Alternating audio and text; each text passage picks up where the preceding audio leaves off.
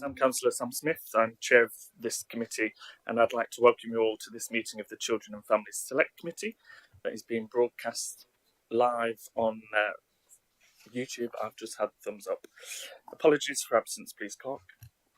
We've had apologies from Nigel Frith from the Church of England Diocese and from Councillor Errol Henry. Councillor Jim Creamer is here substituting. Thank you, and thank you to those substituting, and welcome to the committee. Item 2 is declarations of interest. Do any councillors or officers have any interests in any matters on the agenda? Please declare it now if so. Councillor Darby. There we go. I didn't know whether to declare it, so I thought I'd anyway. On item 7, I educate my son, so I didn't know whether to declare it or not. Thank you. Best to be safe than sorry. Thank you. Councillor Quigley. Yeah, just for clarity, I am chair of Diverse Academies Trust, and we do have 2 SEND schools in our trust. It's a non-pecuniary interest, and I don't intend to leave the room. It's same as being a school governor. We'd all have to leave the room. Thank you, Councillor Quigley. Councillor Turner.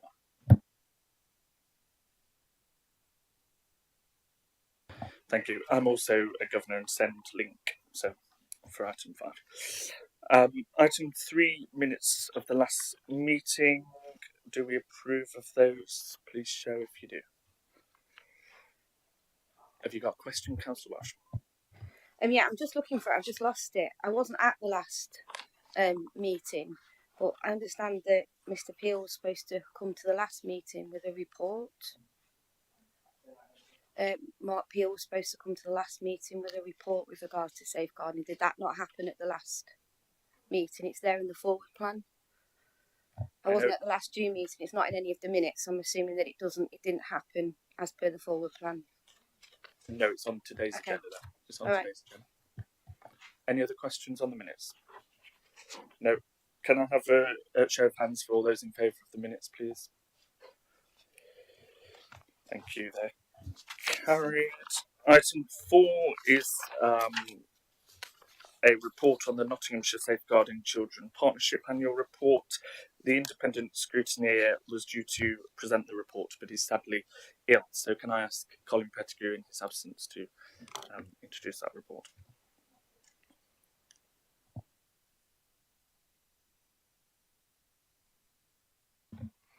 Thank you, Chair. And if I could give a couple of apologies. First, apologies from Assistant Chief Constable Rob Griffin, who is the chair of the partnership, the report, whose report this is.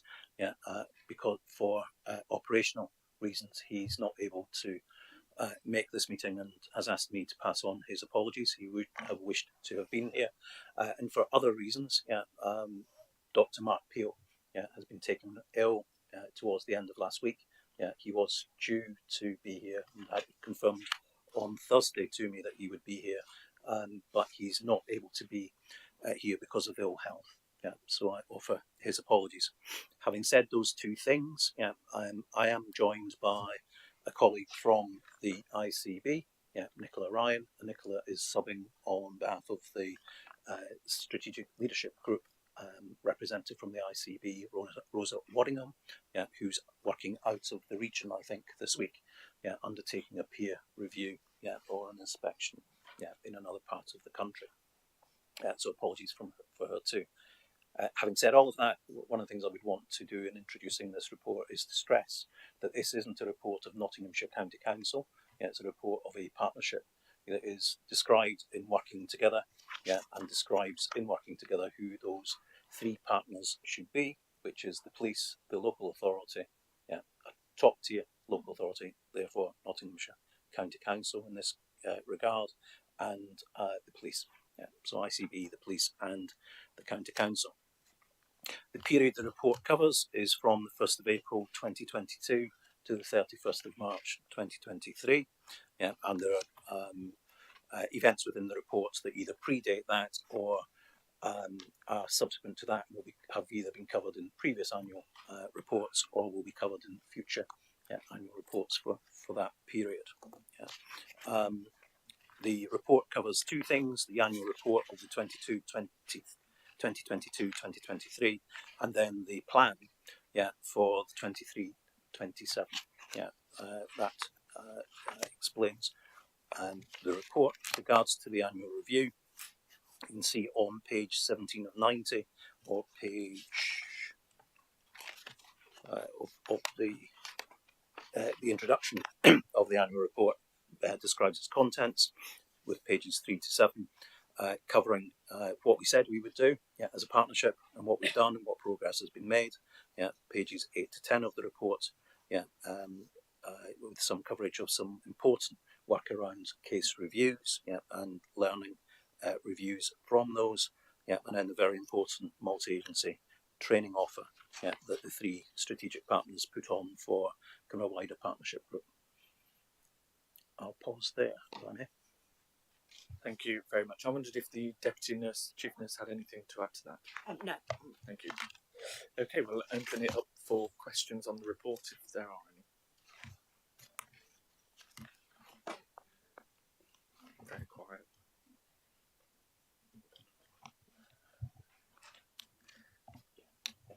Councillor Callahan, thank you. I was getting worried there. I'd just like to ask, on page 33 of the report,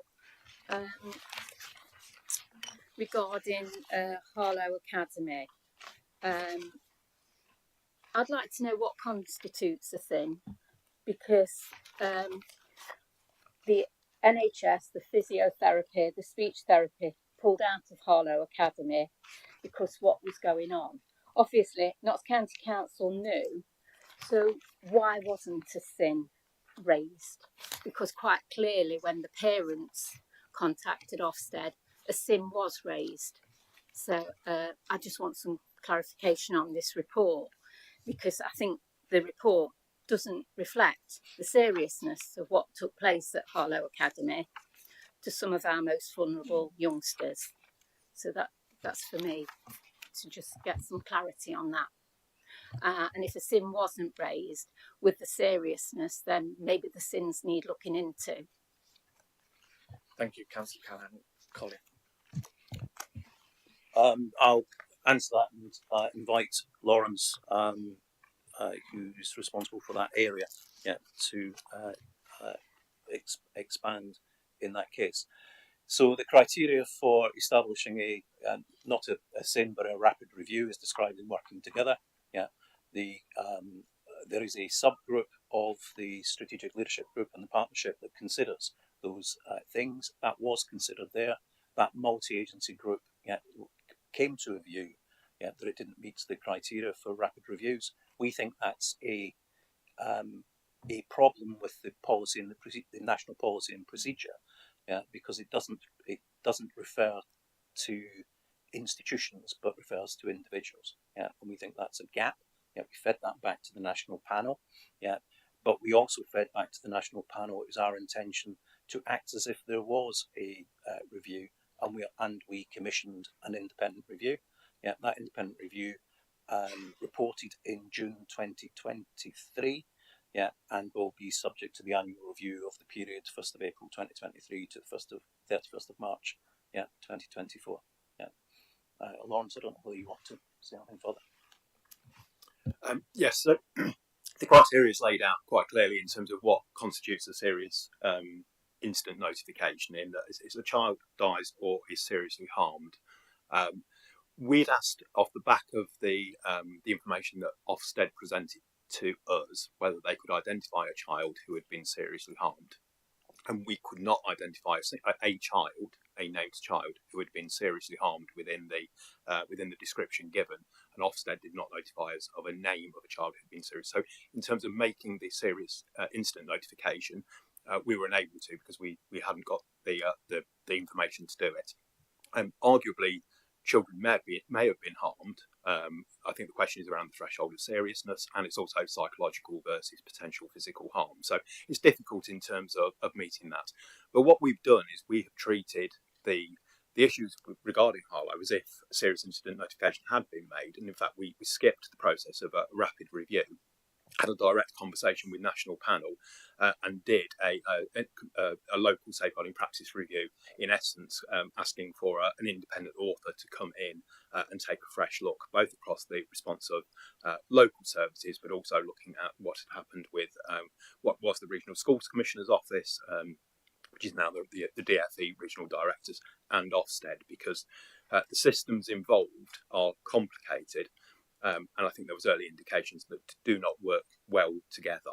And from the outcome of the review, what you'll see is there is some reflections on the local systems, particularly around how we gather intelligence around organisations as opposed to individuals, because that's more difficult.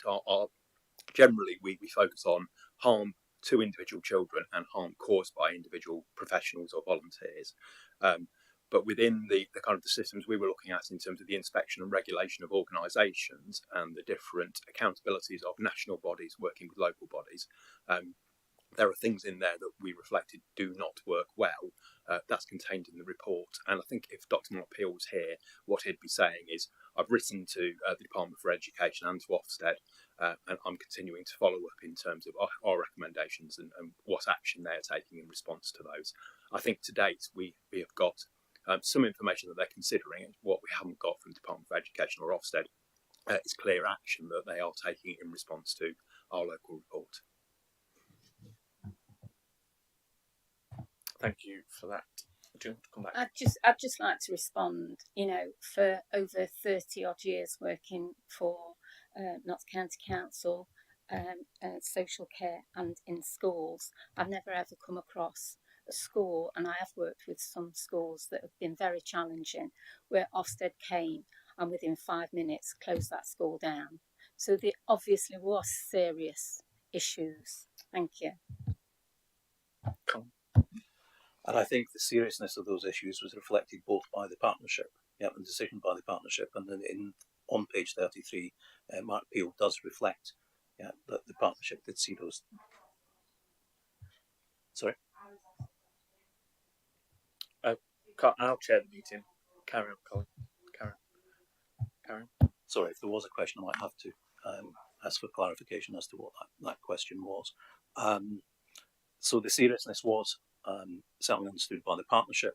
The events that took part almost 2 years ago of this term, and 2 years in January of next year in terms of the Ofsted inspection, were of concern to the partnership. That's why we commissioned a wholly independent inspection report. And the author of that report took some time to meet with the families and the carers of the children there. And they were the first people that the report was fed back to in June 2023.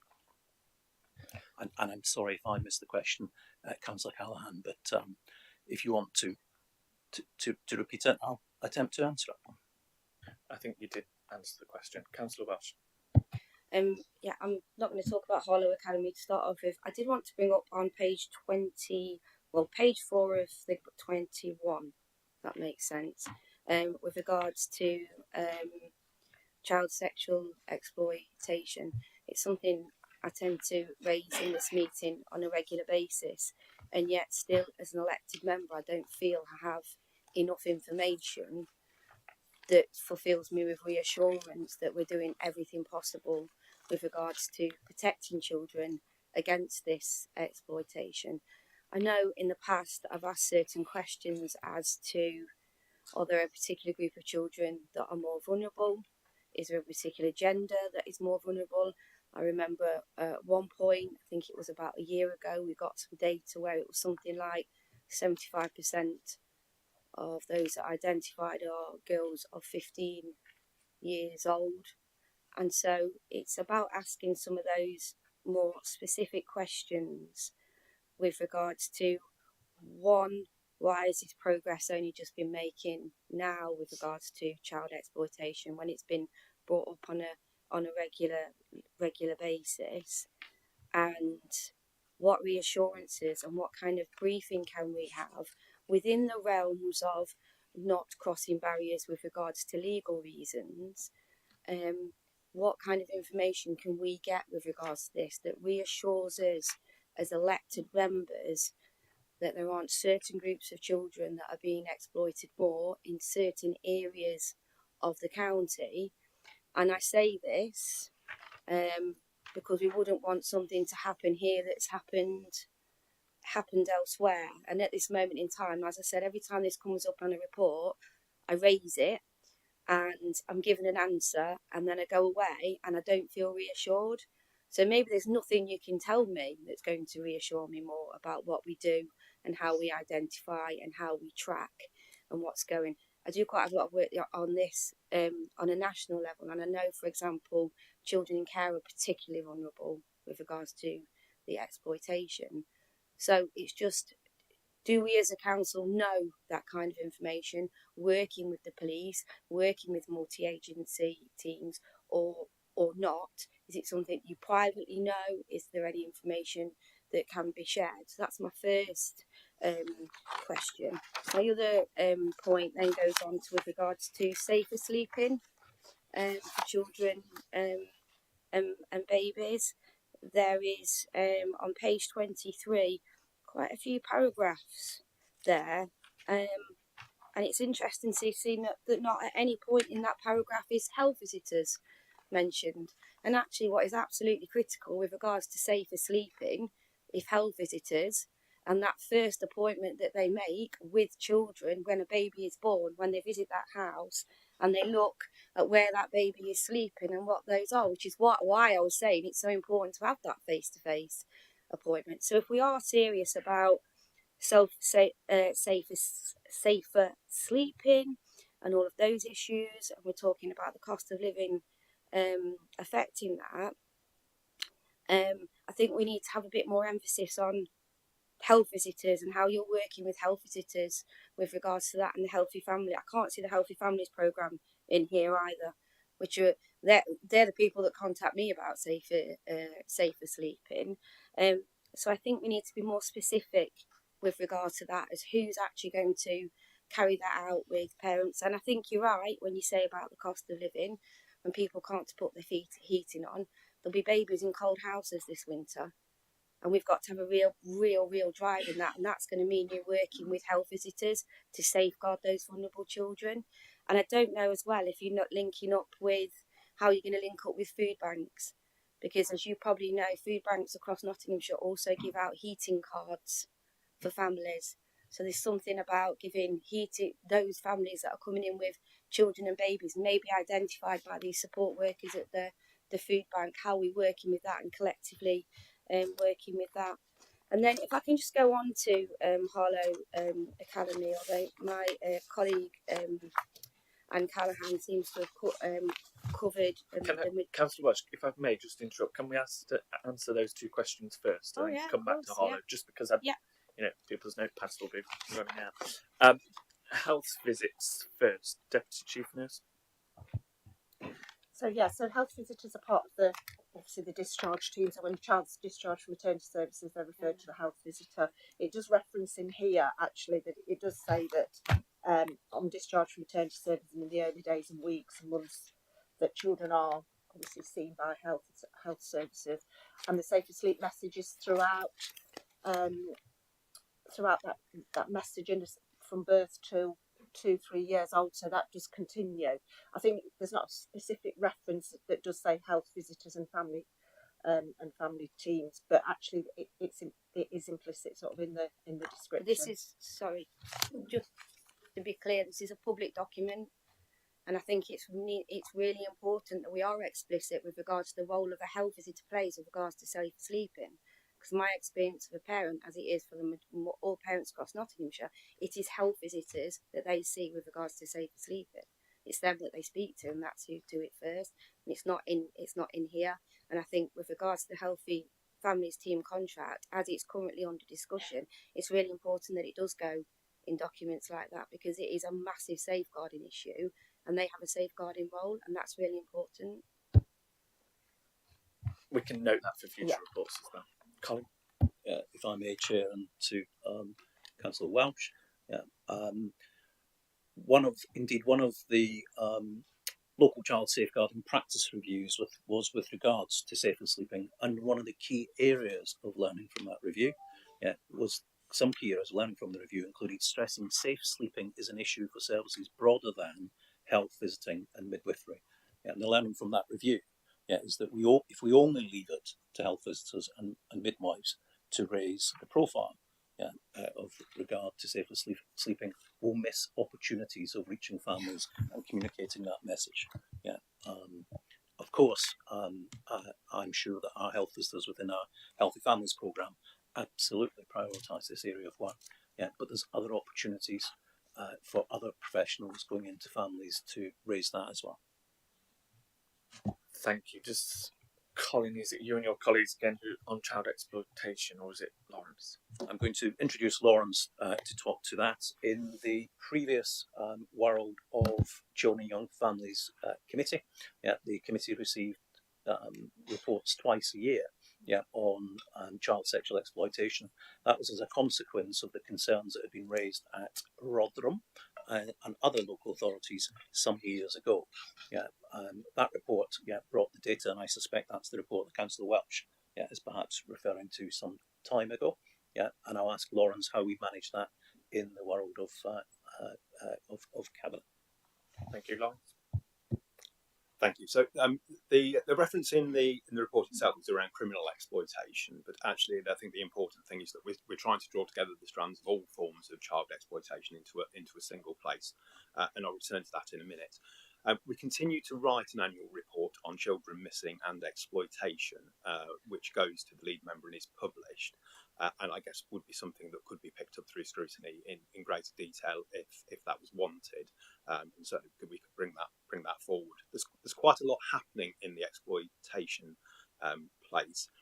Just in terms of children looked after, Councillor Welch is absolutely right. It is children who are looked after are particularly at risk. And we know that through history.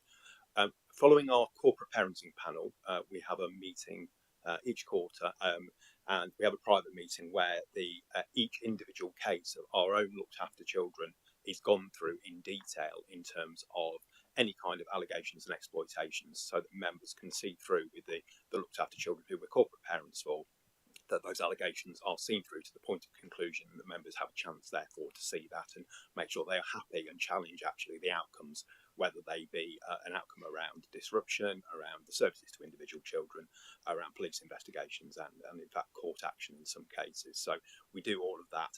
It's information that's sensitive to individual children and therefore isn't in the public domain, but at least that group of elected members who are on that board do get access to that information, and say we go through literally line by line of each child who's involved, and in fact any allegations against our employed staff, particularly in residential settings, and our foster carers as well.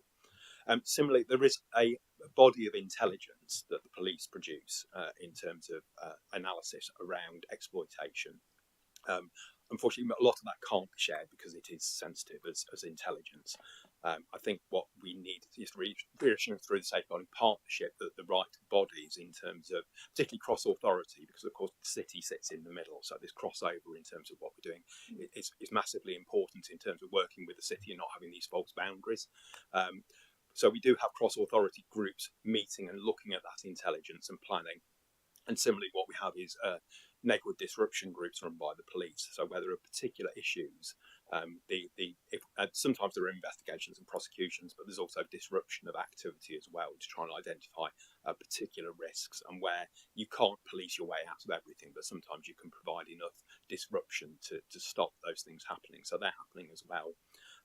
One of the real advances, I think, in policing in recent times is there was a separation between criminal exploitation and sexual exploitation in the police, which meant actually it wasn't always the best joined up response because two bits of the police weren't working together.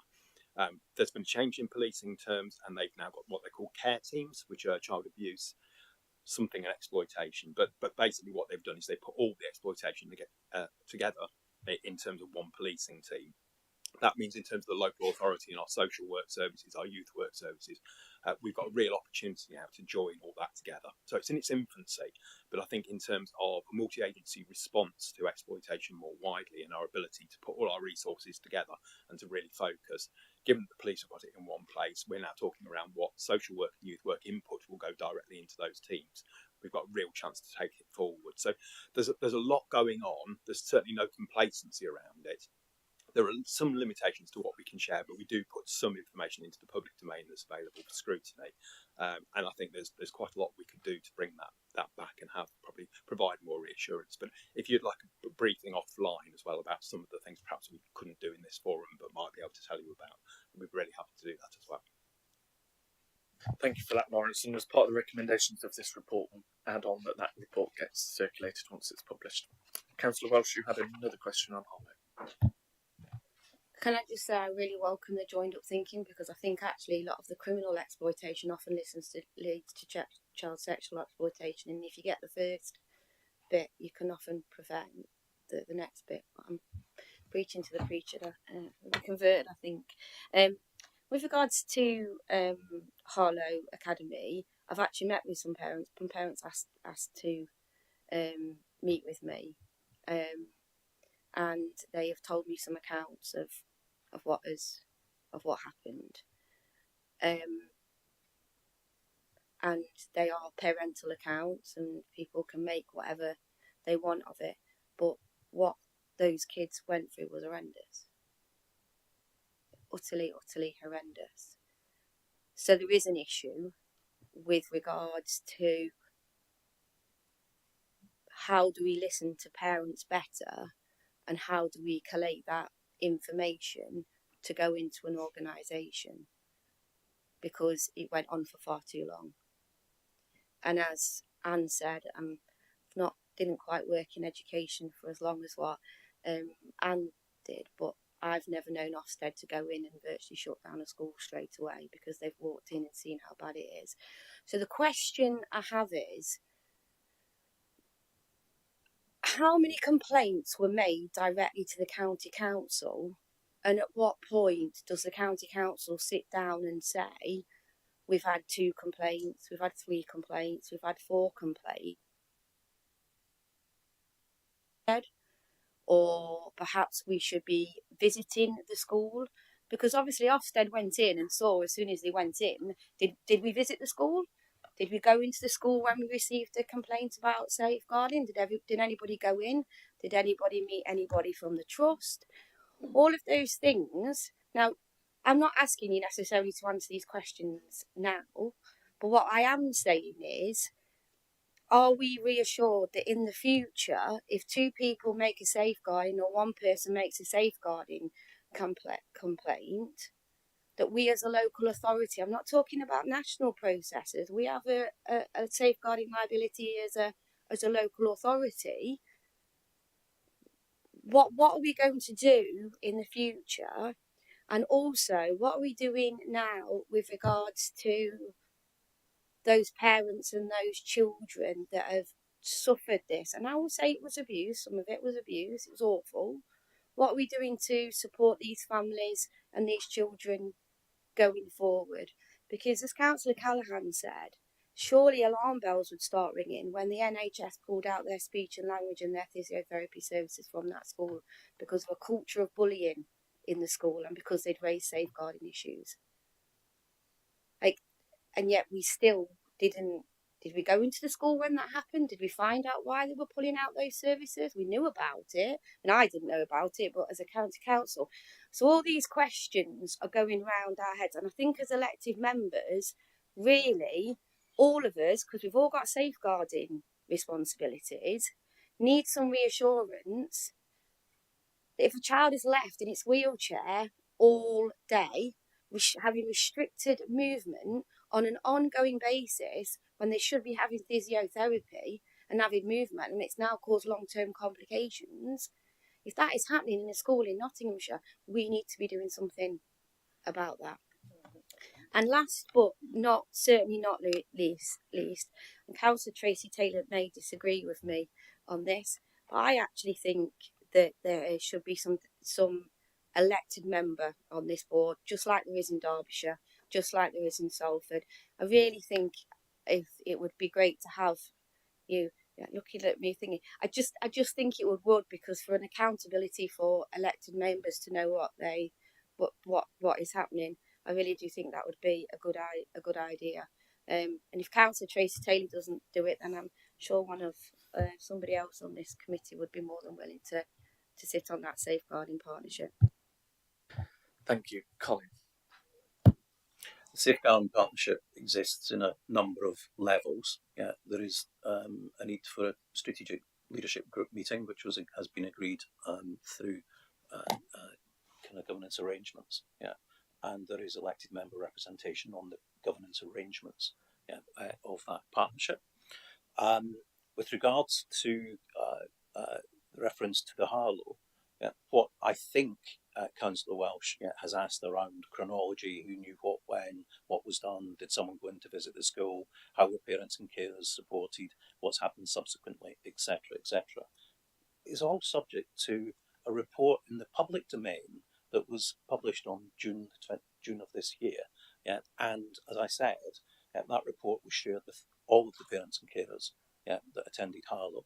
Yeah, Harlow is now at that point was being led by the Evolve Trust, which has been closed down. Yeah, and the schools that the Evolve Trust were responsible for managing, which were Brambles Primary, Beach Special, Harlow School, which is now known as Fountaindale, and the Brunts Academy, have all been transferred to alternative providers in terms of academy trusts.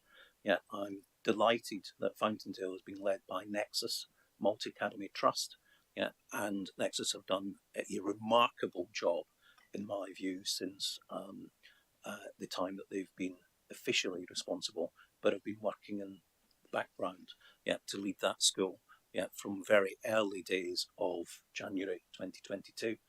So coming up 2 years this year, and 18 months of formally leading it. So I'll provide for Councillor Welsh that report, and if need be, we can meet subsequently, to describe that, or indeed meet with the independent scrutineer, that will be able to offer his view. I don't know if Lawrence has anything to add. Yes, I mean, just in terms of the local response, in terms of trying to manage intelligence better, we know there's a lot of points into the council in which information comes, some of which are concerns, some of which are complaints, some of which are requests for some kind of formal investigation where abuse is suspected. And at the moment, or historically, that information has not always been coordinated in the way that everything around a particular organisation or institution comes together. So we've done some work around trying to draw that together now, so that where we do have multiple pieces of intelligence, there is a group meeting in looking at particularly around school settings and saying, actually, we've got all this different information coming in. What level of concern might that give us? What does the soft intelligence tell us alongside the information that's coming in from parents or others to say there might be something adrift here? The only thing I'd add into that, and this is sort of written large in terms of the outcomes of the report, is that where it is around organisations, our ability to act where, for example, there are academy schools where you've got the DFE directly involved in terms of commissioning that school, and they're an academy trust, and you've got Ofsted who've got the ability to kind of inspect and intervene. It's that really that's one of the kind of things we pinpointed in the report, is the complexity of that different system of governance and the ability of the local authority in itself to take action. And it's fine for us to contact Ofsted, but it requires Ofsted then to act. So this is the difficulty really, and that's what the report talks about in terms of there are things that we can do locally to improve, and we are doing that, and we're trying to see that action plan through. But there are mechanisms in terms of the way the system's structured at the moment that do present a level of risk, and because of that, that's why the recommendations exist in the report, and why Dr. Peel has written both to Ofsted and the DFE to say we're concerned that this system doesn't work to give us the powers that we need in every circumstance to be able to act quickly off the back of concerns. Thank you for those. And just to provide some reassurance to members, Councillor Pedro Horan and I represent this committee on the corporate parenting panel and the safeguarding group for looked after children, that's chaired by Councillor Anderson. Councillor Taylor. Thank you, Chairman. Really, just to wrap up, I think you've had explanations from both Colin and from Lawrence in terms of what I would express as fragmentation in the statutory responsibilities. So whether it's what steps Ofsted can take given whatever triggers, what step the LA can given whatever triggers, and so on. So much as the Harlow example has been a horrendous example, particularly for the children and families, one of the benefits, or the most significant benefit I would suggest that's come out of having commissioned the report through the partnership, is that it has identified what are problems not only that existed here for us, but which could exist anywhere else in the country for exactly the same reasons. So I take the recommendations of that independent report as being a huge benefit, not only for us in local learning, but nationally, so that we have challenged government through departments to say there is fragmentation in the statutory processes, and we need that holistic approach because we're trying to deliver as a partnership here with those fragmentations. So that's the first point I wanted to make. The other is I'm looking at the NSCP website, and I've heard the same misunderstanding expressed in two meetings, so both today and at full council a couple of weeks ago.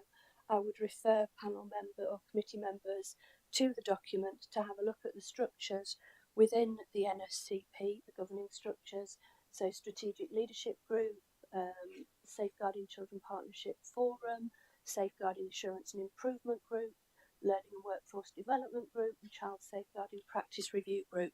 So they're the working groups, and you will see it clearly identified that there is a role for the elected member there. And just to make the point that both Councillor Anderson and I attend the meetings within those groups. Not every meeting, but meetings to which we should be attending, we do so and have done throughout. Thank you, Chairman. Thank you, Councillor Taylor. Councillor Lee, please. Chairman, I was just going to ask to move it along. Can we get a copy of the report? But the officer's already mentioned it. So, thank you. Any further questions on the report? Yeah. Sorry, yeah, Councillor. Thank you, Mr. Chairman. The Independent Alliance have been working with Rachel Walters of the End Child Poverty Coalition group, looking into the issue of child poverty, and we were shocked to learn that there are over 52,000 children living in poverty in the county, and it is growing. My question, Mr. Chairman, is, and you know, obviously, I mentioned those figures under the school meals issue at the last full council. My question is the Safeguarding Partnership attuned, aware of the impact of things that they have no control over, obviously national economic situations, which can impact on the mental health and stresses and strains of those who are looking after children? Is that something that is recognised within the partnership and something that they are, aware of, basically? Colin, please. The simple answer, Councillor Potter-Horan, is yes. Yeah, we're aware of the impact that families living in disadvantage, deprivation, poverty, whatever, however we want to describe it, or indeed however we want to work out what that number is. Yeah, both in terms of whether it's relative, yeah, or whether it's a defined actual stuff. We know that families that where we are placing child protection plans around families, yeah, there are parts of the county that's more likely to happen. Yeah, and we're intervening with families even more intrusively by removing children and placing them in our care.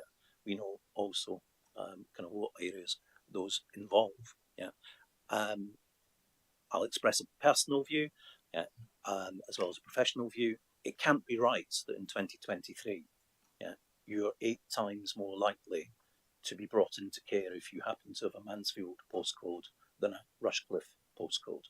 And the correlation, yeah, between the impact of disadvantage around parental behaviour. Yeah. The vast majority of children who are subject to a child protection plan or are subject to being looked after are not being looked after or subject to that plan because of their own conduct or behaviour. Yeah, it's the experience that they have from their parents. Yeah, which is more often than not, involving either substance misuse, drugs, and/or alcohol. Yeah, parental mental health, domestic violence or abuse, or a combination. Yeah, of those three things. Yeah, and to that's why it's a partnership. Yeah, because if it was only down to the county council, there's a whole range of those things that sit within our health colleagues, yeah, to support and help with, yeah, and from the police, yeah, if that conduct towards a child has crossed that criminal line, yeah, a view around justice, yeah, for those children and young people, which is why very clearly following the national review of safeguarding arrangements, yeah, the policy guidance and the statutory requirements boils it down to three partners of equal responsibility: the ICB, the local authority, and the police. And I think we demonstrate that locally, as described by Dr. Mark Peel as the independent scrutineer, very well, in that the county council initially chaired that partnership for a period of 2.5 years, yeah, then followed by our health colleagues, and currently the leadership of that partnership, the chairing of that partnership, sits with Assistant Chief Constable Griffin, yeah, and the police. Thank you very much. And finally, Councillor Darby, please. Thank you, Chair. So following on from previous questions asked, in the business plan, Appendix 2, it states too many children in Nottinghamshire have child protection plans. It then states in the actions that you will rethink how to work together with families so to avoid many situations reaching a child protection plan. Can you expand on this, please? Surely the whole point of a child protection plan is to protect our young people. Could you give examples of how you would improve working together and whether you would benefit from more government funding as called for by our local government leaders?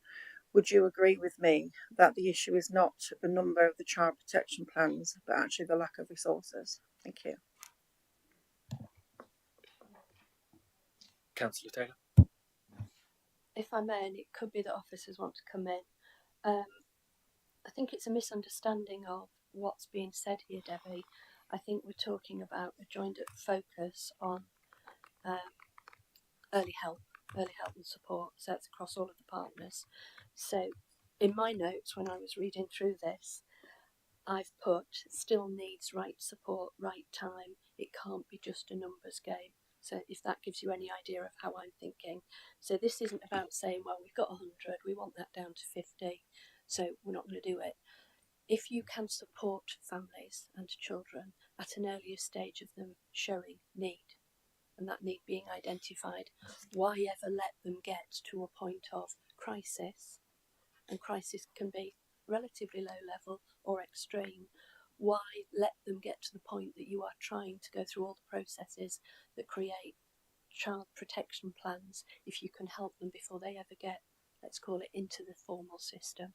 So I think that is what we're trying to say. It clearly hasn't conveyed that to you in the text, but we're talking about early support and help that means that children and families don't get to that point. So reducing the number of plans by virtue of having helped people much, much earlier when they needed it.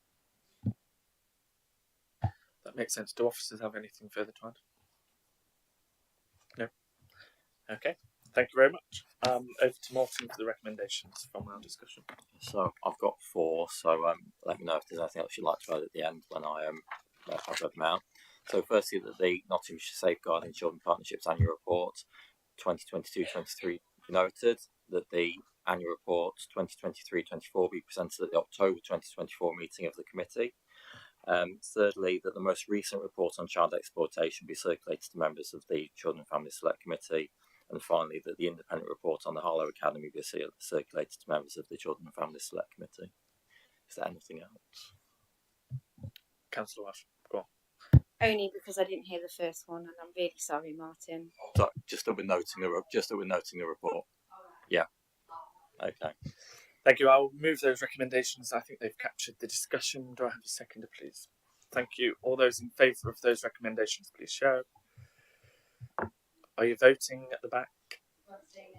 Okay. Any against? Any abstentions? Thank you. That's carried. Thank you. We move on to item 5, which is a report on the progress of improving the experiences and outcomes for children and young people following the SEND Ofsted and CQC inspection. Can I ask Colin to introduce the report and maybe the Deputy Chief Nurse to add anything on? Thank you, Chair. And I think, as members are aware, Nottinghamshire local area, and I stress the local area, was subject to a joint inspection by Ofsted and CQC on the 16th of January of this year. We were the first local area to be subject to the new inspection framework, and since then there's been 15 local areas inspected, and about a third of them resulting in the same outcome as Nottinghamshire had with regards to serious concern. This report covers what we've been doing since that point, and I think members are also aware that we've established the independently led SEND Improvement Board, and I've got colleagues from that board and from the people who are working to the work of that board with me today, including Nicola. It holds primarily responsibility with the County Council and the Integrated Care Board for delivering this, hence the joint inspection by an Ofsted team and the CQC.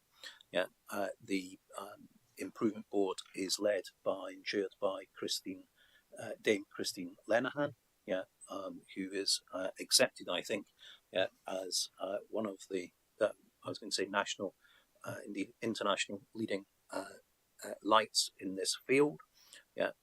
And that board has been meeting on a monthly basis and due again to meet later this week. The improvement that we're making is subject to monitoring by Department for Education and NHS England, and they report a level of satisfaction with the progress that we're making today. There are some really sticky difficulties here in terms of timeliness, and the report covers the 2 priority actions.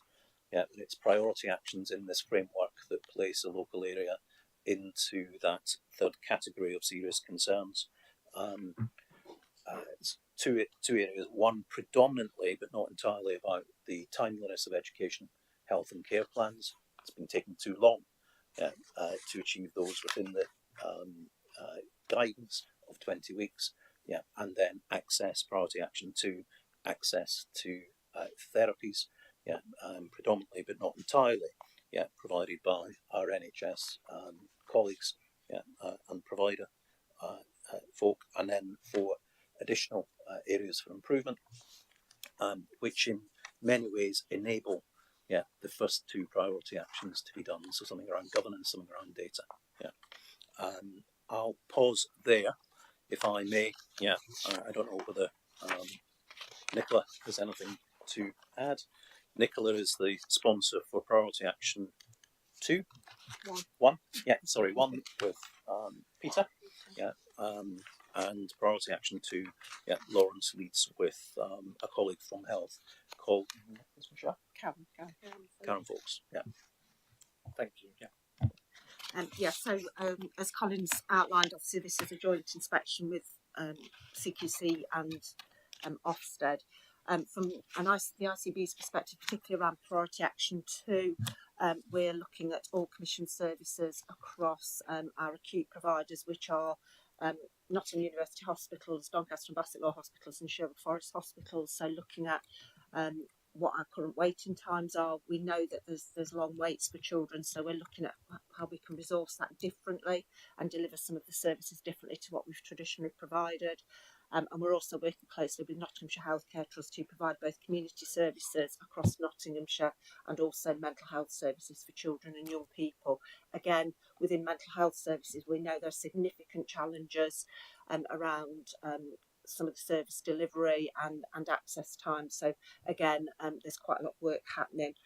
We're not there yet. It's really important that we get to a position so that when that we're aligning with the HCP plan recommendations to ensure that actually when things are recommended that we can actually start to deliver them in a much more timely manner. So we're still on the journey, and we do recognise those delays. Thank you. Does anyone else have anything to add, Councillor Taylor? No. Councillor Lee, please.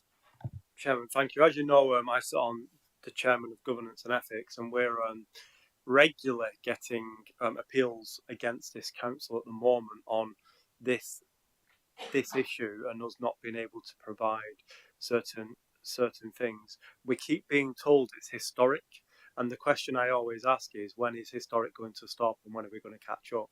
And that's the same question I've got today, is when are we actually going to catch up with these and get them sorted, so we stop getting appeals lodged against this council that cost us money and comes out of our budget. Thank you. Colin first.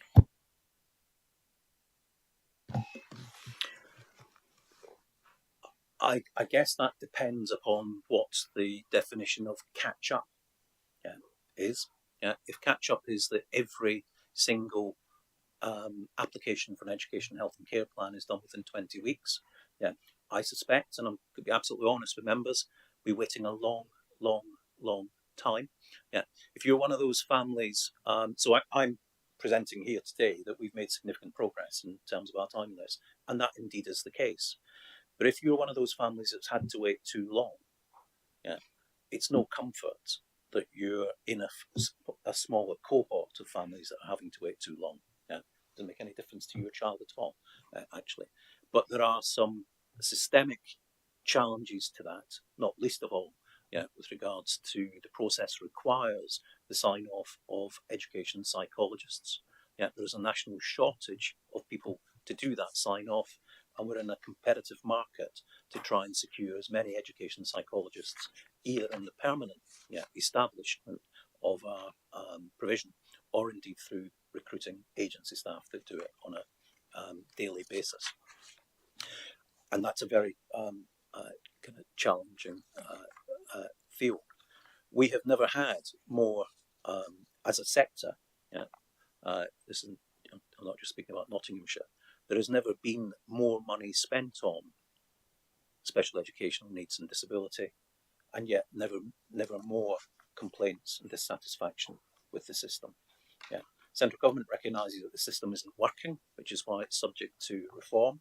That reform is working its way through now, through the acts, and that will have, we hope, some impact on that level of satisfaction. Nottinghamshire, for the best part of 30 years, has worked towards taking a graduated response and trying to support children and young people with additional needs without the need for an education, health and care plan. So we're trying to do that through early help and intervention. Our partnership that we have, both for the improvement and prior to that, one of the key partners to that is the voice of parents and carers. We've got Georgina Palmer here, who represents Nottinghamshire Parent Carer Forum. We need to work harder to hear the voices of children and young people within that area. But it is the case, Councillor Lee, that up and down the country we are seeing an increase in ombudsman judgments against local areas, and whilst those judgments are held against the local authority, that may even be on occasion where the local authority has not been able to secure it.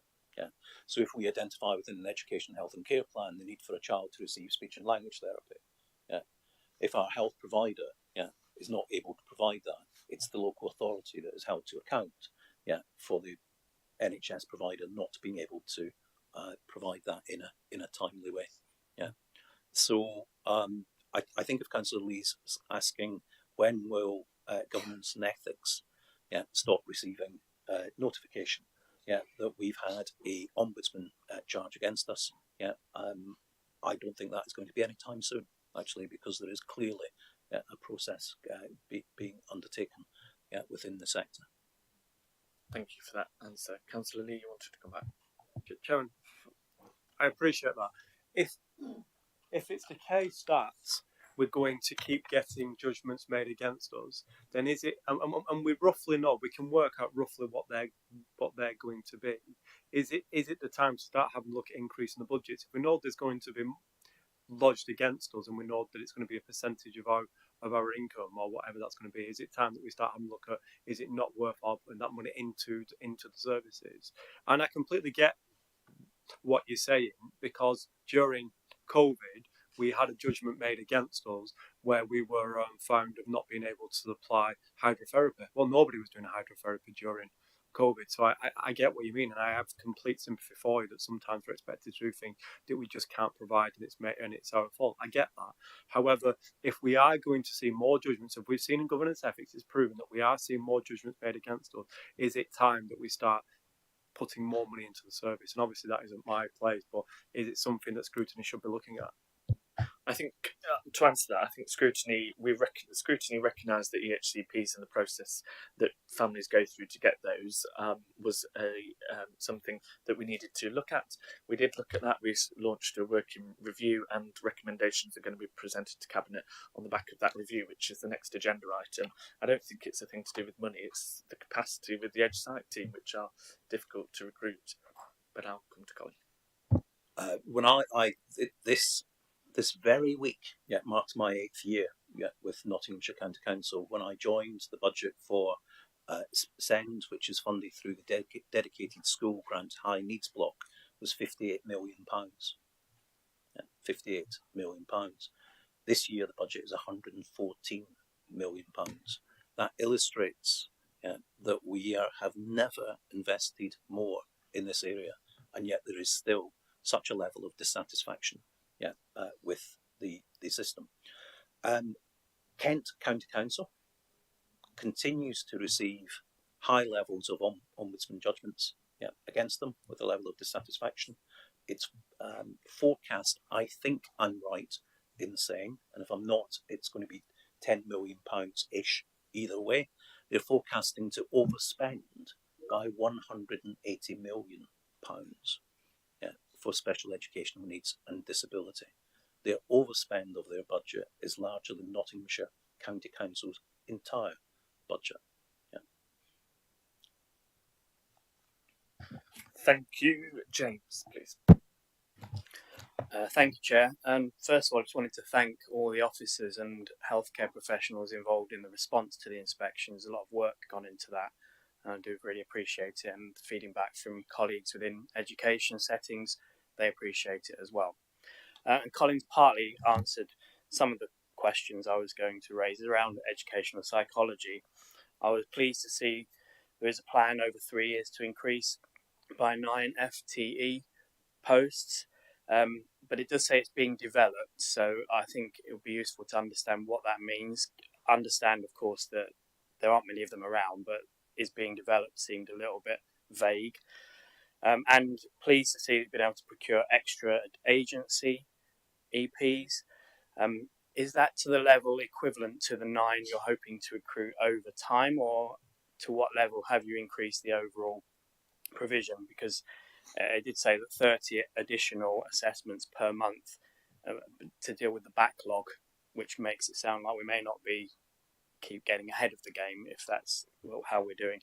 And we heard at the interim briefing meetings of the importance of the proactive work that the educational psychologists are able to carry out. That's extremely valuable in my experience at helping to, in many cases, avoid the need for an EHCP. And will we have any additional capacity to deliver that part of the EP service going forward? Peter, please. If I could start and then hand over to my colleague Orla, if that's okay. And Orla will introduce herself as our new principal educational psychologist.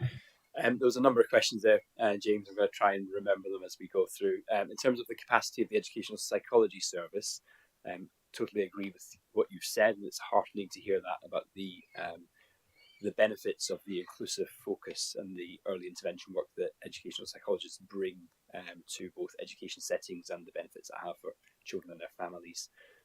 There's a significant proportion of an education psychologist's time which goes into that work. It's been well proven to be highly effective, and actually it's the bit that brings the satisfaction. around having needs met, which reduces the demand on education, health and care plans, which are a useful and valid resource at the right time. They're not always required though. So having that intervention is really key.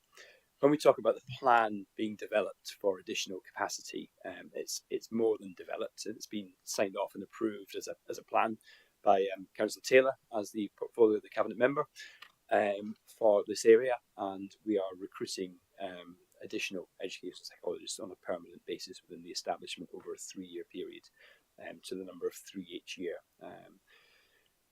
Orla will be able to give you some more details about how we're doing that, because it is very much about sustainability, because we know that you can't advertise for 9 education psychologists and attract them, because that market isn't there. So it's very much about growing our own pool of psychologists within Nottinghamshire, and making Nottinghamshire an area of choice for EPs to come and work. And I'm really pleased actually that over the last year, I think we've got 100% retention of educational psychologists. So where some local areas are struggling to maintain their EP service, we're holding on to the EPs who want to work here, which is excellent. Can I just ask you to just pick up some of the detail there? Hello, Orla Green, Principal Educational Psychologist. In terms of the recruitment, so we have a 3-year plan to recruit currently qualified educational psychologists and also trainee educational psychologists, and we're going to be able to recruit them in advance. So we're hoping to secure practitioners in years 2 and year 3 of training to guarantee appointments. So in this current new phase of recruitment, which we're just about to roll out, we hope to secure a maintained influx of educational psychologists across the next 3 years. The reason we've done it like that is in answer to your question about protecting the capacity for early intervention and support to schools. We want to secure capacity for our establishment, because all of our educational psychologists are working on statutory assessments and link educational psychologist early intervention work across the schools. So in developing our capacity as a service, we hope to protect that important early intervention work, which we know has a direct impact on the numbers of requests and assessments that are being agreed. We also have looked at the efficiency in how our core staff are doing their assessments. There's obviously practitioner and professional requirements about what level of qualification an educational psychologist must have and what they must do. However, there are efficiencies that we found in the system. So our current core staff in the last year have increased how many educational psychology assessments they're doing for the EHC process by 36% with no staffing increase. So we would really be secure in knowledge that our output will increase along with the staffing. We are also recruiting the locums.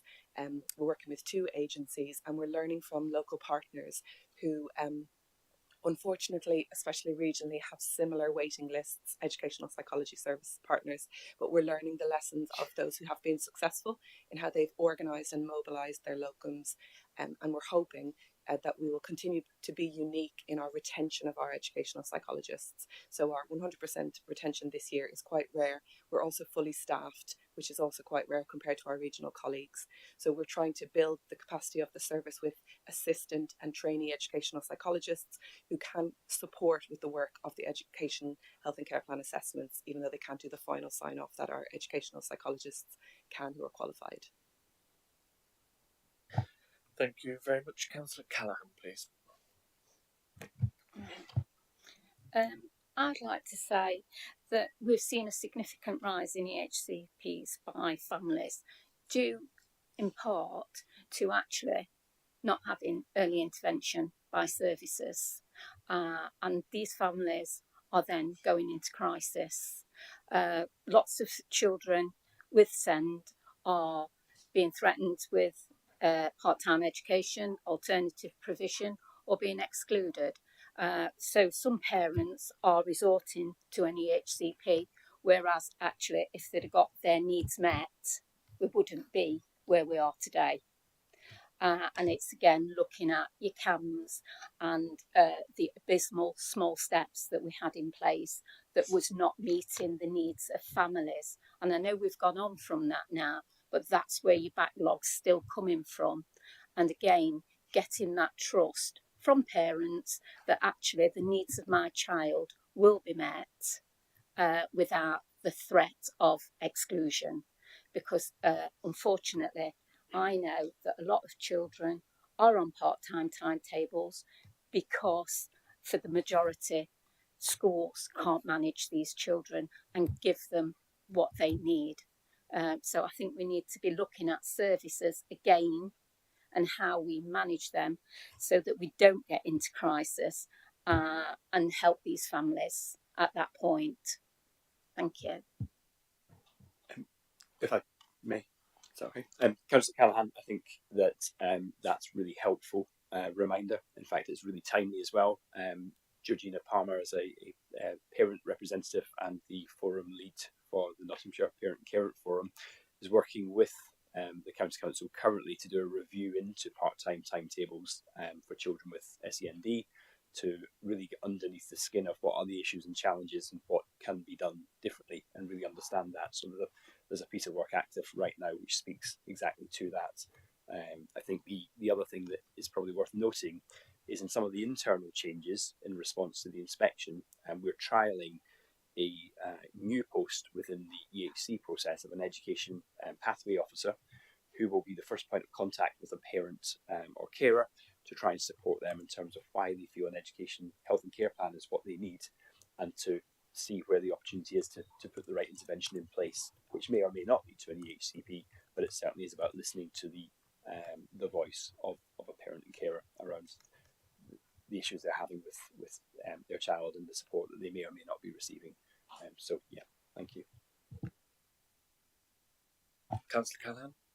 Yeah, just coming back onto that, I know we're not going into individuals, but I have got a child with, not me personally, but I have got a family that's got a child with an EHCP plan, and for the last 12 months they've been on 1 hour a day in a school. That's absolutely disgusting. That is not right.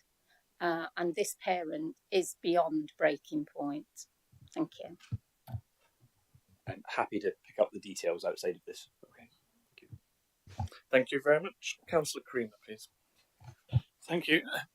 A lot of what I was going to ask has actually been answered, but just on going back to paragraph 12 on page 30 to 39, and on the averages, I mean, 23% are done within 20 weeks. That still leaves 70 odd percent, 77% that hasn't. Now, it does say the average there for the total is 26 weeks, but that's an average. I mean, what is actually the worst case scenario? Because that 77% is actually still well over 2,000, so it's a lot to be dealt with. And it's already been said that there's extra staff being taken on, etc., etc. But it's still a lot of work, and just giving an average doesn't really help, because if we've got a good average of 20, well, say a good average of 20%, and then you've got all that for 26 weeks, that sort of leaves a lot of scope. I mean, do we have extended actually assessments, and do we have any reasons why they're taking quite so long on the, not say the worst assessments, but more difficult assessments? Thank you. I don't know who's going to answer this. I'll come to Peter first. If I can pick up some of that, and I probably can't give you all the detail for all of those individual cases within that, which is why we speak in terms of average. What I will say is that in the scrutiny we've had from the Department for Education, who monitor and oversee education health and care plan 20-week and beyond completion rates for local authorities, they were clear to point out in a recent deep dive into our improvement journey that although we're making progress from our starting point, which was really low, in fact, no assessments over a long period of time within 20 weeks, culminated in last year having 4.5% across a year within a 20-week timescale. We're currently at 25% of assessments this year in timescale, and we're averaging about 35% of completed assessments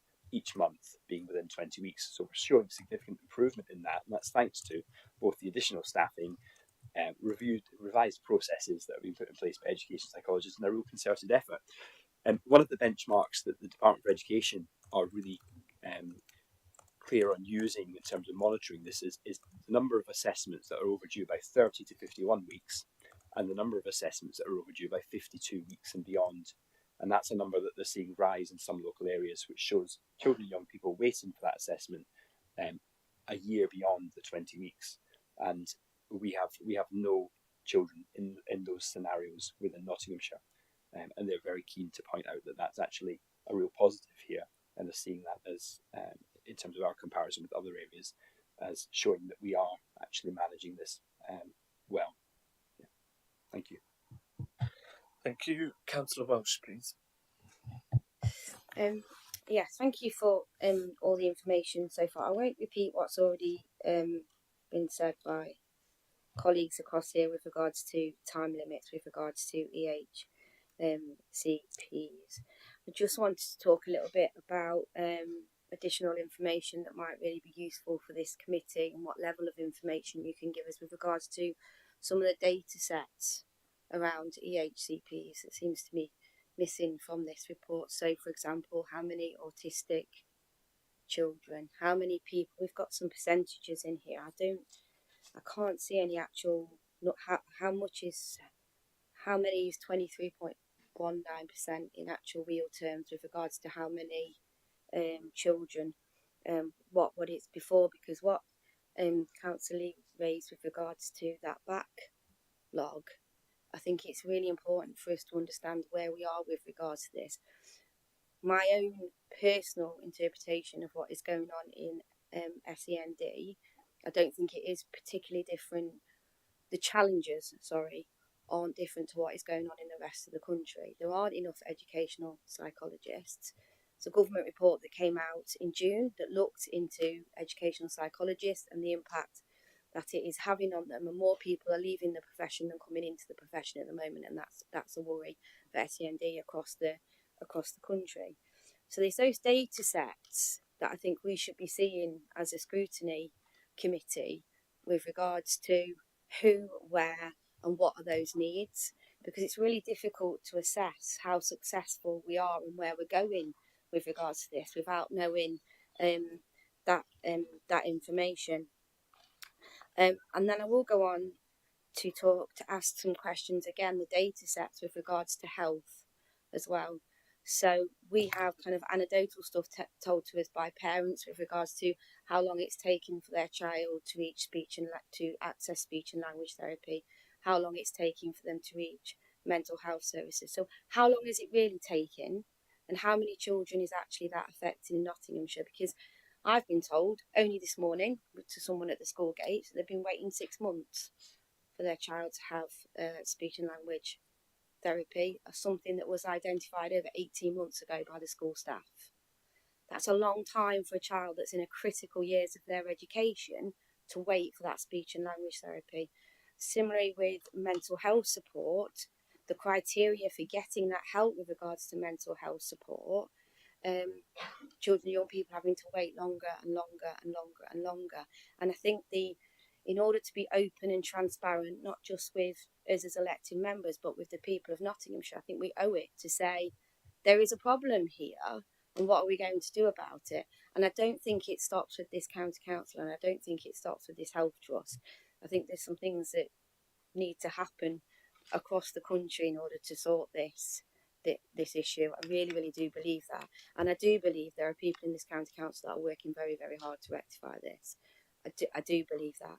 But it's not where it should be. And I can't ever see it getting to where it should be, if I'm quite honest, because of those challenges in health and because of those challenges that schools are facing every day. I worked directly with SEND children for a long time. And even then, when I would say it was the brighter days, there was still a lot reliance on what was in-house at the school.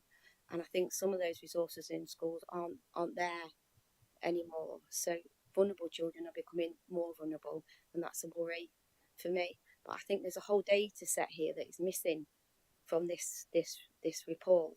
And I don't think for me, it's not clear for a scrutiny report. I would like to see more actual data. Who is it affecting? Where are they? Are there more areas in Nottinghamshire with more SEND kids? You know, is it what people say, that the more vulnerable and the poorer communities are where there are more SEND kids or not? Is that a case or not? I don't know from this report, and I think we should know, and I think we should all know what's going on in our own wards as well as elected members. And just to finish off by saying, and just to go back to this, I do believe there's a lot of great work going on with regards to this, and a lot of people that really do care about it. And I think that's the other challenge as well, because, as I said, I don't think we're going to get to where we need to be on this. And if we're realist about it, without, Colin Pesci has said, we've never had more funding with SEND. I don't know how that relates to inflation or not. I would suggest perhaps it's not more when you take into account of how much everything has gone up over the years, especially currently at the moment. But I still think even with that money, even when we talk about Kent, there's obviously an issue here that a lot of money is not going to solve. So we need to look at the wider picture. Thank you, Councillor Welsh. In terms of data, we did a review on EHCP, which is the next item, and data did come to that committee, breakdown of areas, districts, and how many people are on the waiting list, etc. We can go away and find a copy of that and then check that with Peter to see if that's the latest data and send it out to members. We're happy to do that. But it did come to the review. I don't know if we have a breakdown of particular SEND needs, but it did come to the review on how many people are on the list. Can I just come to the Deputy Chief Nurse first about speech and language therapy, then I'll come to Peter after that. Yes, so a bit like educational psychologists, speech and language therapists are really hard to recruit into the post. So again, we're looking at how we can deliver some of that speech and language therapy in a slightly different way. But it is a national challenge. From a data point of view, we have got health data, but it's not consistent. So we've employed a data analyst into the ICB to work alongside our county council colleagues to try and get a standard data set, so we're measuring apples and apples and not apples and pears, because that's what we've found, particularly with our acute trust. They present the data in different ways. So that person's in post now. It's still early days, but I would expect over the next month or two that we'll have something much more tangible to be able to demonstrate those long waits. They are long waits. I can't get away from saying that they're not long waits, but I think we'll be able to start to benchmark in a much better way between our providers, where we are and what we need to do. But recruitment across all those specialist services is a real challenge. And again, like educational psychologists, we're all competing with each other to employ those individuals and retain them. Thank you for that, Peter.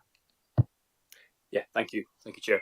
There's loads of data available, as it won't surprise you, and there's lots of data that's not easily available, and bringing that together in a way that presents it to the right audience can be a challenge. So I think there's no issue in terms of future updates and having a kind of overview data set that comes here. One of the things we are doing currently in the governance arrangements is establishing a safeguarding assurance and improvement group that will sit underneath the executive leadership group. That should be launched in the next month and a half. And one of the first tasks for that group is what is the county-wide data set that is required across the partnership to really understand the SEND profile and our needs being met and what those needs look like. And then for that to then break down into a district level, so that we have a role in terms of county, but then within districts there's work with schools in terms of looking at the needs within those areas and other partners across local areas. We have some of that information. I can share some of that with you outside of this meeting in terms of a bit of a district view of some headlines. And I can also share the kind of EHC profile versus the SEND support profile, and they're quite different in terms of the needs. And you've already identified, I think you know what it's going to show, because you've identified some of that already around autistic spectrum condition being a primary driver for education healthcare plans. So we see all this within the data, but it's what we're going to do with that data, and it's making sure that we're using it at the right place, so we've got the right overview. So I'm more than happy that we can build some of that into future updates. Yeah.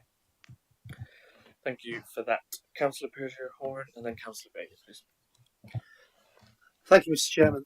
Councillor Lee beat me to the question, so I just want to follow it through, if I may.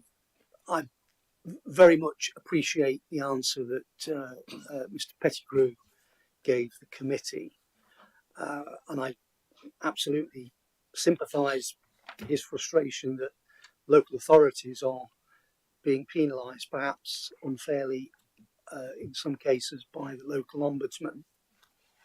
But we have two issues that are coming to our colleagues at governance this afternoon, and I don't want the chairman of governance accusing you, Mr. Chairman, of not taking the issue seriously. So, I suppose my question is, I mean, I've read the report that's going to be discussed today later on, and I came out with the same conclusion as some of my colleagues, that there does appear to be a perception that poor communication is a key issue with these cases. So I suppose my question is are steps being taken to address some of the criticisms that are levelled at us that we can influence as a local authority, as it's clear in Councillor Lee's contribution that it is a growing concern that it seems to be a regular issue at governance and ethics. Thank you. Thank you for that. I'll come to Colin first, who may pass on to Peter. Yeah, I'll defer to Peter. I think he's already covered some of that with regards to the new post, which is specifically about communication. And we can recognise the issues that Councillor Pardew-Horan is, that we do better.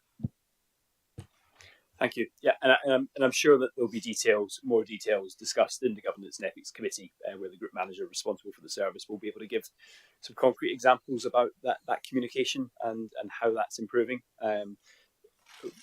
The new posts that have been put in place are all about communicating with parents and carers at an early stage, which is to reduce frustration and to support them in achieving the best outcomes for their children. It's about resource, because if there's not enough resource, you have to put your resource into the statutory elements of the process. And one of the things that will then be missed out is some of the, that communication and that focus back into both communication with schools and settings, but also with parents and carers. So we've put the resource in specifically for that. We've also recently put additional support into our sort of early complaints staffing, so that where somebody isn't satisfied, we're able to respond in a much quicker way. And the other step that's been taken recently is writing to all the parents and carers who have children who are waiting for assessments, to have regular updates going out through writing to them. So we're really trying to focus within the service on increasing communication, because that, obviously, a lack of communication leads to further, it just exacerbates the issue and the challenge, and brings more complaints forward. So we are taking some real concrete steps to communicating better, to managing expectations, and to being open and honest with parents and carers. And just to come in on that, I think in part of the review, which is the next item on the HCP, we heard from the Parent Carers Forum, which I thought was the highlight or the most important part of the review, actually hearing from the grassroots rather than an overview of it. And part of that was comms to and from parents and carers, and that's recommendation 8 of our recommendations that will go to Cabinet, but that's in the next item, so I won't speak on that now. Councillor Bailey, please. Well, yes, thank you very much. Yeah, again, I suspect we'll be talking a lot more on the next item about more specifics. I suppose from this report, my takeaway was cautious optimism. We've gone from 5% to 20%. Now, that 20% is still not something to write home about. There's a lot more work to be done. I don't think anyone on this committee is complacent about that. I suspect, I'm not sure if the chairman overheard Councillor Welsh's point about recent data. Yes, I know there's data put forward, but if we could get any more recent data, that would be great. I suppose in this report as well, there were a few items that I was actually quite surprised we weren't doing already, such as the dashboard to keep actually everyone up to date and make sure it's high on our agendas. And I suppose the other thing, when I was reading the report, I was surprised not mentioned more actually, was the impact of schools. Now, in the next item, there's a lot about schools, but in this item in particular, there's lots of parent-carer cooperation, but I couldn't actually see much about the collaboration with schools. Often the schools are almost in the thick of it, so keeping those informed, and actually, if parents carers, sometimes they'll go to school and go, "Can you please keep us in the loop?" Because that's just what schools. Schools are very trusted, and they're always the first point of contact almost before you even think about having to go to the council. So I suppose I'm more surprised why there's not more mention of schools in this report itself. Thank you. Thank you, Peter, if you want to come in. Yep, of course. I think in terms of the immediate response to the inspection, we have been communicating with schools. We write to them. We held a number of online seminars and a two-way communication with schools and education leaders.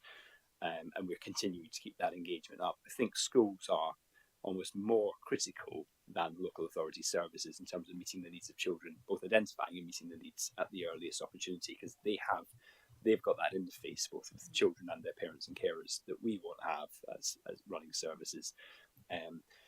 Some of the criticism that was levelled at the local area was directly around our timeliness and our statutory processes, and that's something which, as county council officers, we have the ability to influence quickly, and that's some of the work we've done immediately has been about increasing resource and looking at our internal processes to try and manage that part of it. The more important piece of work is the ongoing work with schools and education settings. The timing of the report wasn't great because it was released just before the summer holiday, and we were then doing all this work internally. But we are engaging with the sector. It can't be restricted to one element of our SEND work. So we've got ongoing work with our education psychologists in school settings. We've got work with our SENCOs and our family and district SENCOs and school SENCOs. That's all continuing. But we need to be engaged in local area partnership work with education settings and not restricted to one part of the SEND improvement work, if that makes sense. That takes a little bit more thought to plan out. Otherwise, we'll end up duplicating that effort. We want to do that to the best outcome that we can, really. But yeah, completely agree with you that that's the most important area. Thank you, Councillor Pettigrew. I was going to call. Sorry, Colin. You wouldn't be the first person I remember being interviewed on television as Councillor Pettigrew. But thank you, Chair. I just wanted to build on that and maybe make an offer. Yeah. So at the point of the inspection report being published, we met with how many hundred stakeholders? 8. Yeah. Over a period of a few days, using the benefit of Teams, every single school had the availability to meet with us to talk. We met with the Parent Carer Forum and SEND-IAS individually, to talk about that. And each of the SEND Improvement Board meetings, which happens every month, is boiled down. The minutes are effectively boiled down to a brief newsletter that is circulated to a whole range of stakeholders. If committee felt that they should be on that mailing list, I can achieve that now. And we can do the 4 or 5 backdated ones, and Friday's one will come out subsequently over the next couple of weeks, if that was felt to be helpful and improve our communication. Yeah, that'd be great. Thank you very much. Did you have your hand up, Councillor, quickly? Yeah, just a clarification, really. I'm not unclear from all the issues, and I know that the previous report, the report was about a special school, but how many of the complaints are we getting are from special schools, and how many are from SEND pupils in mainstream education in terms of the waiting time they have for their reports? And also, you may not be able to answer this now, but how many special schools does the authority have responsibility for, and how many are managed by academy trusts? Peter? Thank you. So I think the issue about the waiting lists is children who don't have education, health and care plans yet, and you can't access a special school unless you have an education, health and care plan. So it's particularly about children in mainstream settings and those waiting times. I think one of the challenges is that, of course, some parents and carers will feel that the education, health and care plan is a ticket to specialist provision. And we all know from previous conversations in this committee that there isn't the sufficiency of specialist provision to provide for the number of children with education, health and care plans. And actually having an education, health and care plan doesn't mean that you need specialist provision to have your needs met. It just specifies the types of provision that you do need, which can often be met within mainstream settings. In terms of our special schools, within Nottinghamshire, there's 12 special schools operating in Nottinghamshire, of which I think currently 5 are maintained, and the rest are academies.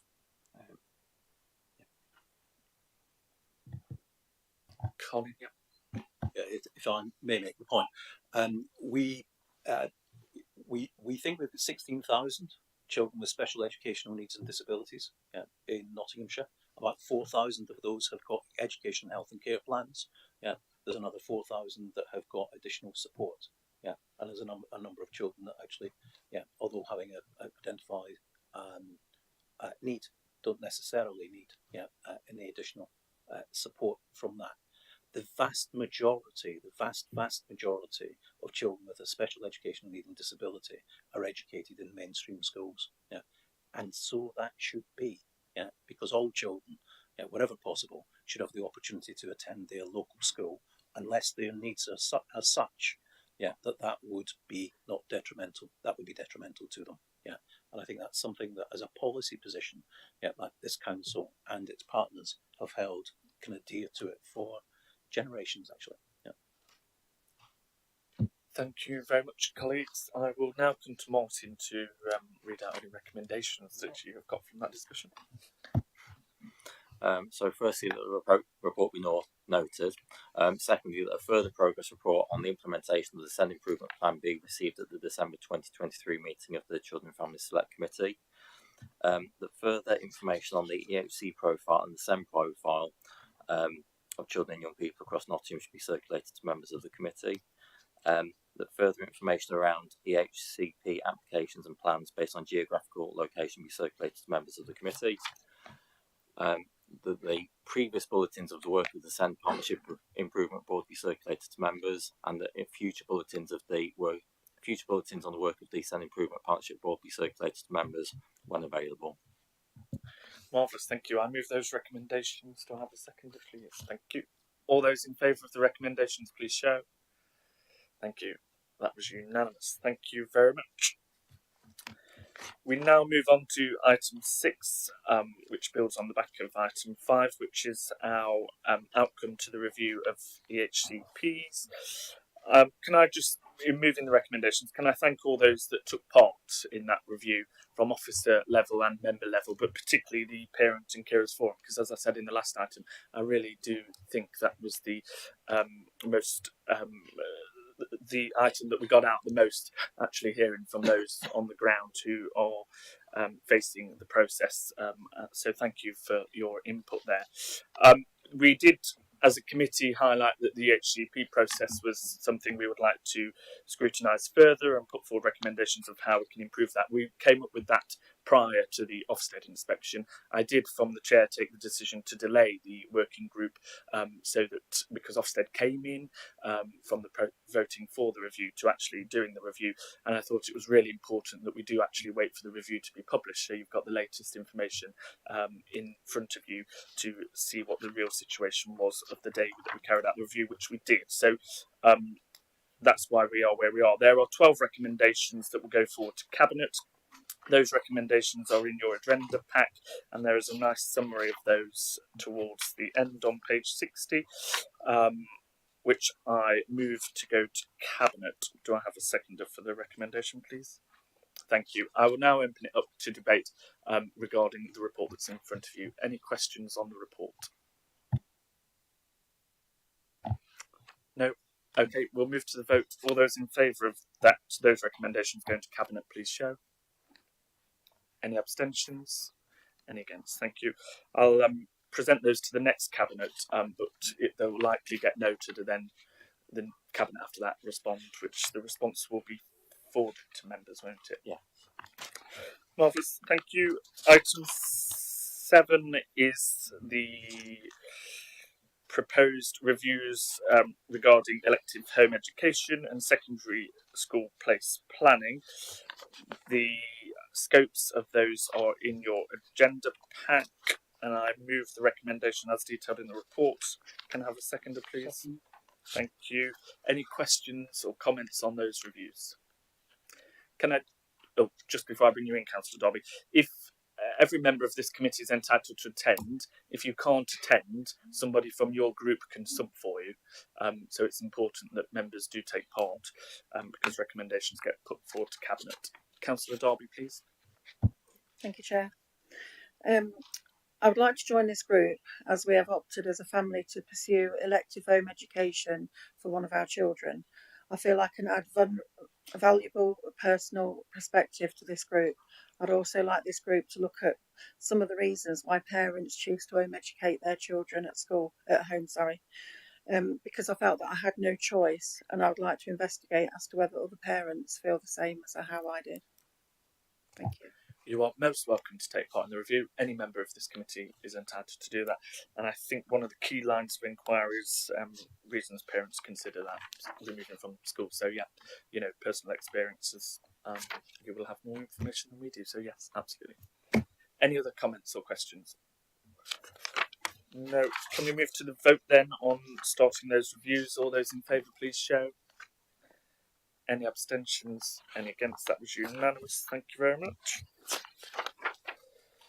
Item 8 is to note the response from the Cabinet member on how elected members can most effectively be communicated with and involved in the activity that takes place with Academy Trusts regarding pupil place planning.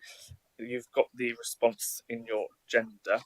Any comments or questions on the response? No, thank you. We don't vote on that, do we? That's noted. Item 9 is the work programme. Can I pass over to Martin Elliott to introduce this, please? Yeah, so here's the new work programme. This was approved by Overview Committee last month and was developed over the summer. Various methods, obviously looking at last year's what was resolved, and obviously there was a list of items that the chair and vice chair looked through, and obviously we also asked members for their suggestions as well. So just to note that the work programme is a living document and it can be amended. So if you've got any suggestions that you'd like things to be looked at, please let myself and the chair know, and we'll have a look at that in consultation with the chair of Overview Committee.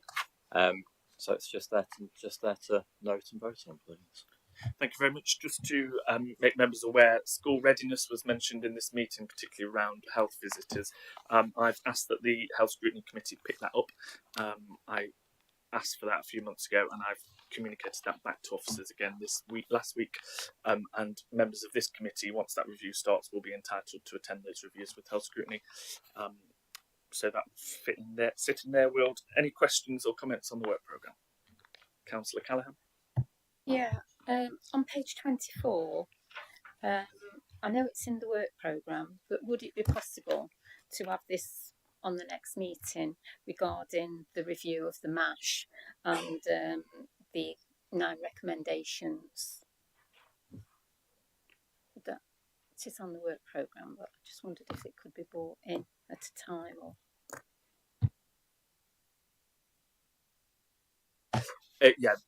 Councillor Pedro Horan and I have an agenda setting meeting with officers. We can look into that. Any other comments or questions? No, I propose the work programme then. Can Councillor Bailey second that, please? Thank you. All those in favour of the work programme, please show. Thank you. That was unanimous. Thank you very much. That's the end of the meeting. Thank you.